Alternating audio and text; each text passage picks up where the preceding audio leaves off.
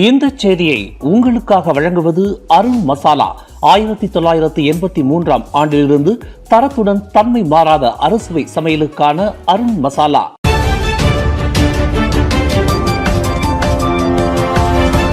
வணக்கம். திசைகளின் ஒரு மணி செய்திகள். தேசிய கல்வி அமைப்பில் மேற்கொள்ளப்படும் சீர்திருத்தங்களுக்கு அலட்சியம் தடையாக இருக்கக்கூடாது.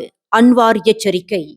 நாட்டின் கல்வி அமைப்பில் நிலவி வரும் இருப்பதே போதும் என்ற அலட்சிய மனப்பான்மை கல்வி சீர்திருத்தங்களுக்கு தடையாக இருக்கக்கூடாது என்று பிரதமர் டத்தோசரி அன்வார் இப்ராஹிம் வலியுறுத்தியுள்ளார். நாட்டின் கல்வி முறையில் விரிவான சீர்திருத்தங்களை முன்னெடுத்து தற்போதைய தேவைகளுக்கு ஏற்ப கல்வி அமைப்பை மேம்படுத்தும் நோக்கில் தேசிய கல்வி மன்றம் அமைக்கப்பட்டுள்ளதாகவும் அன்வார் குறிப்பிட்டுள்ளார். மேலும் பாடத்திட்டம் மற்றும் கல்வி உள்ளடக்கங்களை மேம்படுத்துவதன் மூலம் மாணவர்களின் தற்போதைய மற்றும் எதிர்கால தேவைகளுக்கு ஏற்ற கல்வி அமைப்பை உருவாக்குவதே இந்த மன்றத்தின் முக்கிய நோக்கமாகும் என்றும் அவர் தமது முகநூல் பதிவில் குறிப்பிட்டுள்ளார். அதேவேளையில் தற்போதுள்ள கல்வி முறையிலேயே திருப்தி அடையும் அலட்சிய மனப்பான்மை முன்னேற்றத்திற்கு தடையாக இருக்கக்கூடாது என்றும் அன்வார் வலியுறுத்தியுள்ளார். அது மட்டுமின்றி நாட்டின் கல்வி தரத்தை உயர்த்துவதற்கு மாற்றங்களை ஏற்கும் மனப்பான்மை, சீர்திருத்தங்களை முன்னெடுக்கும் துணிச்சல் மற்றும் தொடர்ந்து மேம்படுத்தும் உறுதிப்பாடு அவசியம் என்றும் அவர் விவரித்துள்ளார். மேலும் தேசிய கல்வி மன்றம் ஆங்கில மொழி திறனை 2ஆம் மொழியாக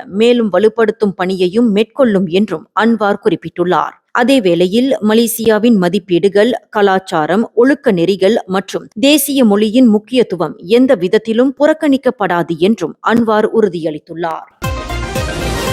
வெளிநாடுகளில் சிறார்களுக்கு எதிரான பாலியல் குற்றங்களை புரியும் தனிநபர்கள் மீது உள்நாட்டு சட்டத்தின் கீழ் நடவடிக்கை எடுக்க வழிவகுக்கும் சிறார் பாலியல் குற்றங்களுக்கான சட்ட திருத்த மசோதா 2026 நாடாளுமன்றத்தில் நேற்று நிறைவேற்றப்பட்டது. இது குறித்து சட்ட சீர்திருத்தங்களுக்கான பிரதமர் துறை துணை அமைச்சர் எம் குலசேகரன் வெளியிட்டுள்ள தகவலில் இந்த திருத்தம் தற்போதைய சட்ட அமைப்பை மேலும் வலுப்படுத்தும் என்று தெரிவித்துள்ளார். மேலும் வெளிநாடுகளில் நடக்கும் சிறார் பாலியல் குற்றங்களும் மலேசியாவில் நடந்ததாக கருதி அவற்றை மலேசிய சட்டங்களின் கீழ் விசாரித்து வழக்கு பதிவு செய்ய இந்த திருத்தம் சட்ட அடிப்படையை வழங்குகிறது என்று அவர் விளக்கமளித்துள்ளார். அதேவேளையில் எல்லை தாண்டிய அமலாக்கம் மற்றும் விசாரணை தொடர்பான நடவடிக்கைகள் ஏற்கனவே நடைமுறையில் உள்ள அனைத்துலக ஒத்துழைப்பு அமைப்புகள் மூலமாகவே தொடர்ந்து மேற்கொள்ளப்படும் என்றும் அவர் தெரிவித்துள்ளார். இந்த சட்ட திருத்தமானது நாடு கடத்தும் சட்டம் 1992 இடம்பெற்றுள்ள இரட்டை குற்றத்தன்மை என்ற கொள்கைக்கு துணை புரியும் வகையில் அமைந்துள்ளது என்றும் குலசேகரன் குறிப்பிட்டுள்ளார்.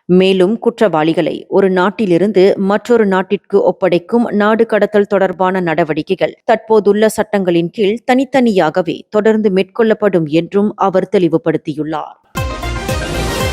வரவிருக்கும் மாநில தேர்தல்களில் மலாய் வாக்காளர்கள் மலாய் வேட்பாளர்களுக்கே வாக்களிக்க வேண்டும் என்று முன்னாள் பிரதமர் டாக்டர் மகாதீர் முகமது வலியுறுத்தியுள்ளார். வாக்குச்சாவடியில் வாக்காளர்கள் எடுக்கும் முடிவுதான் நாட்டின் எதிர்காலத்தை தீர்மானிக்கும் என்றும் அவர் தமது முகநூல் பதிவில் குறிப்பிட்டுள்ளார்.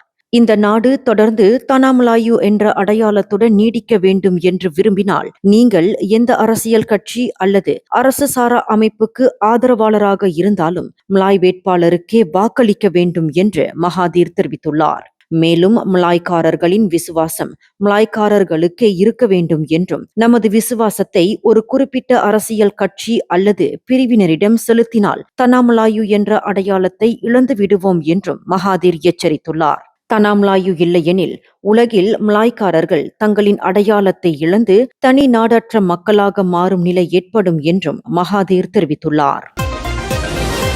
10 ஆண்டுகள் வரை செல்லுபடியாகும் புதிய மலேசிய கடப்பிதழானது நாடெங்கிலும் ஜூலை முதல் ஆகஸ்ட் மாதம் வரை 7 கட்டங்களாக அறிமுகப்படுத்தப்படும் என்று குடிநுழைவுத்துறை தலைமை இயக்குநர் டத்தோ ஜக்காரியா சாபான் தெரிவித்துள்ளார். நாடு முழுவதும் உள்ள 71 கடப்பிதழ் விநியோகிக்கும் அலுவலகங்களில் இந்த புதிய கடப்பிதழானது படிப்படியாக அமல்படுத்தப்படும் என்றும் அவர் குறிப்பிட்டுள்ளார். முதல் கட்டமாக மாநில குடிநுழைவுத்துறை அலுவலகங்கள் மற்றும் நகர்ப்புற உருமாற்று மையங்கள் உட்பட 14 கடப்பிதழ் விநியோகிக்கும் அலுவலகங்களில் இந்த திட்டம் துவங்கப்பட உள்ளது. அதன்படி புதிய கடப்பிதழ் வழங்கும் நடைமுறையானது 7 கட்டங்களாக அமல்படுத்தப்படும் என்றும் இது படிப்படியாக நாடு முழுவதும் விரிவுபடுத்தப்படும் என்றும் ஜக்காரியா சாபான் தெரிவித்துள்ளார். நேற்று நாடாளுமன்ற வளாகத்தில் நடைபெற்ற புதிய கடப்பிதழ் அறிமுக விழாவில் பிரதமர் டத்தோசரி அன்வார் இப்ராஹிம் தலைமையில் இந்த புதிய சேவை அதிகாரப்பூர்வமாக தொடங்கி வைக்கப்பட்டது குறிப்பிடத்தக்கது.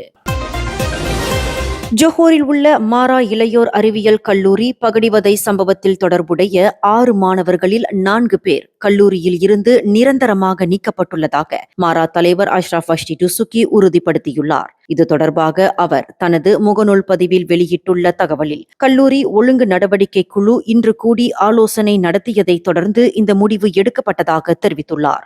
மேலும் மீதமுள்ள 2 மாணவர்கள் பகடிவதை சம்பவத்தில் தொடர்புடையவர்களா என்பதை போலீஸ் விசாரணை மூலம் உறுதி செய்யும் வரை அவர்கள் தற்காலிகமாக இடைநீக்கம் செய்யப்பட்டுள்ளதாகவும் அவர் குறிப்பிட்டுள்ளார். மூவாரில் உள்ள மாரா இளையோர் கல்லூரியில் 14 வயது மாணவரை பகடிவதை செய்தது தொடர்பாக கடந்த ஞாயிற்றுக்கிழமை 17 வயதுடைய 6 மாணவர்கள் கைது செய்யப்பட்டனர் என்பது குறிப்பிடத்தக்கது. மலேசிய மனித உரிமைகள் ஆணையமான சுஹாக்கம் சிறைகள், குடிநுழைவுத்துறை தடுப்பு முகாம்கள் மற்றும் போலீஸ் தடுப்பு காவல் போன்ற தடுப்பு மையங்களுக்கு உடனடி அணுகல் வழங்குவது தொடர்பாக அரசாங்கம் ஆலோசனைகளை முன்னெடுத்து வருவதாக நாடாளுமன்றத்தில் தெரிவிக்கப்பட்டுள்ளது. சுஹாக்காமின் கண்காணிப்பு பொறுப்பை மேலும் வலுப்படுத்தும் நோக்கில் அதன் அதிகாரிகள் தடுப்பு மையங்களை விரைவாக பார்வையிடுவதில் ஏற்பட்டு வரும் தாமதங்களை நீக்குவதற்காக சம்பந்தப்பட்ட அரசாங்க அமைப்புகள் மற்றும் தரப்புகளுடன் தொடர் பேச்சுவார்த்தைகள் நடைபெற்று வருவதாக சட்ட சீர்திருத்தங்களுக்கான பிரதமர் துறை துணை அமைச்சர் எம் குலசேகரன் தெரிவித்துள்ளார். நாடாளுமன்றத்தில் இன்று புதன்கிழமை நடைபெற்ற கேள்வி நேரத்தில் சப்புத்தே நாடாளுமன்ற உறுப்பினர் திரேசா காக் எழுப்பிய கேள்விக்கு பதிலளிக்கையிலேயே அவர் இதனை தெரிவித்துள்ளார். முன்னதாக சுஹாக்காமின் ஆணையர்களின் அதிகாரத்தையும் மனித உரிமைகள் கண்காணிப்பு செயல்பாட்டையும் வலுப்படுத்தும் வகையில் தடுப்பு மையங்களுக்கு நேரடி அணுகலை அரசாங்கம் வழங்குமா என திரேசா காக் கேள்வி எழுப்பியிருந்தார் என்பது குறிப்பிடத்தக்கது. வீட்டிலிருந்து காணாமல் போனதாக கூறப்பட்ட 6 வயது சிறுவன் அவரது வீட்டிற்கு அருகில் உள்ள செம்பனை தோட்டத்தில் சடலமாக மீட்கப்பட்டார். இந்த சம்பவம் நேற்று மாலை பேரா மாநிலத்தின் ஹுத்தாங் மலிந்தாங் பகுதியில் உள்ள கம்புங்பாரு சுங்காய் சுமோனில் நிகழ்ந்தது. இது குறித்து பேரா தீயணைப்பு மற்றும் மீட்புத்துறையின் செயல்பாட்டு உதவி இயக்குனர் சபோரோட்ஜினோர் அஹ்மத் கூறுகையில், நேற்று பிற்பகல் 3:30 மணியளவில் சிறுவனின் தந்தை அளித்த புகாரின் அடிப்படையில் மீட்பு குழுவினர் சம்பவ இடத்தை அடைந்து தேடுதல் நடவடிக்கையில் ஈடுபட்டதாக தெரிவித்துள்ளார். இந்த தேடுதல் நடவடிக்கையின் போது அச்சிறுவன் வீட்டின் அருகில் இருந்த செம்பனை தோட்ட வடிகாலில் சடலமாக கண்டறியப்பட்டுள்ளார். இந்த சம்பவம் தொடர்பாக போலீசார் மேலதிக விசாரணைகளை மேற்கொண்டு வருகின்றனர்.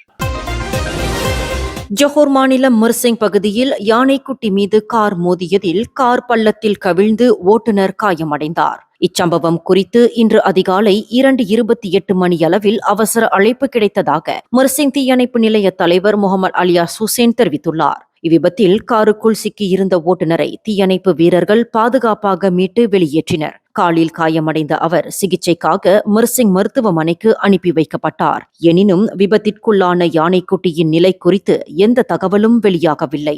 இந்த செய்தியை உங்களுக்காக வழங்கியது அருண் மசாலா.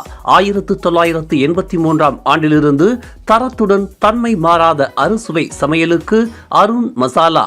மேலும் செய்திகளை தெரிந்து கொள்ள கீழே இருக்கும் பெல் பட்டனை அழுத்துங்கள். உங்கள் மகிழ்ச்சியை வெளிப்படுத்த லைக் மற்றும் ஷேர் செய்யுங்கள். தொடர்ந்து திசைகளோடு இணைந்திருக்க சப்ஸ்கிரைப் செய்யுங்கள்.